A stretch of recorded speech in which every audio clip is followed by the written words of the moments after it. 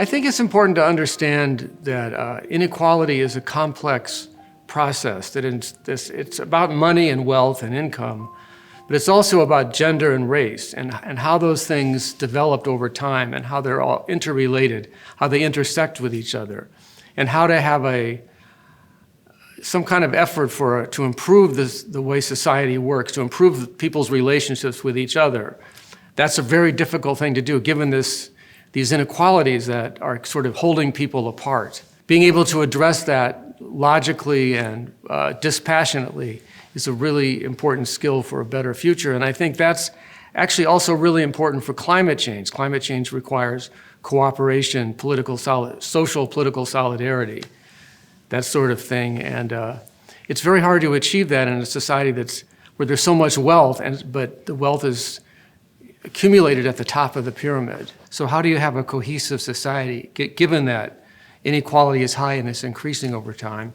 And so some colleagues and I started writing papers about the risk of poverty and what is the math, how often do people encounter poverty? And we found out the numbers are very high, up to 50%, 40%. People have experienced poverty. How do people come together to make something happen in a context of high inequality? And the thing that's really caught my interest is the concept of mitigating climate change, stopping climate change, because it's in the interest of the young and the unborn generations to have a healthy climate. And I think for people my age, to sort of facilitate that could be very rewarding. So this concept of social solidarity in the context of mitigating climate change, fighting climate change, I think is something that I'm interested in exploring. And we explored in my class. I have a course I love to teach called Comparative Social Inequality, which looks at the development of social inequality at the real time scale in which it began 10,000 years ago when the first economic surplus was produced. I mean, one of the things that you see in climate change attitudes is that young people are feeling really depressed about the state of the climate. And I think that's part of a broader pattern of youth alienation.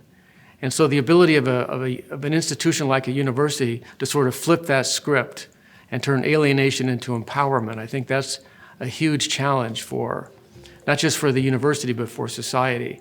Because I think that we do have the technology to achieve net zero, but we need the people to sort of organize to make that happen. And that will involve sacrifice, and the way that sociologists think about it is this concept of solidarity, giving yourself to a cause that's bigger than you.